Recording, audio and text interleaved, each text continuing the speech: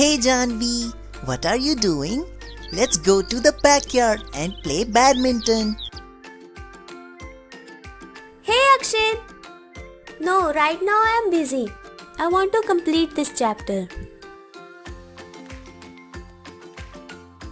What is this chapter all about? This chapter is about sentences.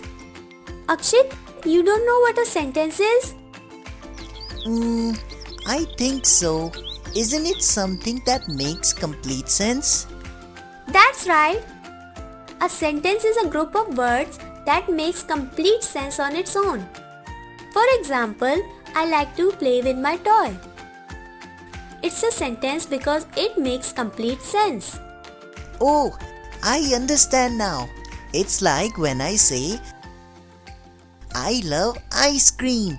This is a sentence, as it's giving a complete meaning. Exactly, Akshay. That's a perfect sentence too. Now at the end of a sentence, we use something called a full stop. What's a full stop? A full stop is a punctuation mark that we use at the end of a sentence to show that it's finished. Got it. So, a full stop tells us that the sentence is finished. Now Akshay, do you know what this is? Is it a circle with a dot at the bottom?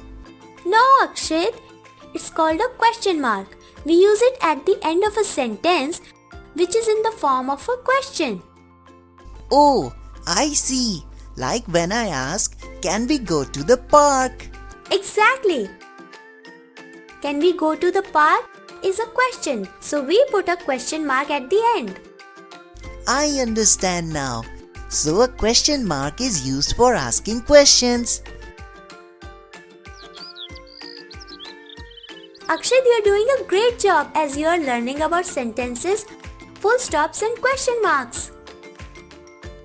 Thanks, Janvi. It's fun learning with you.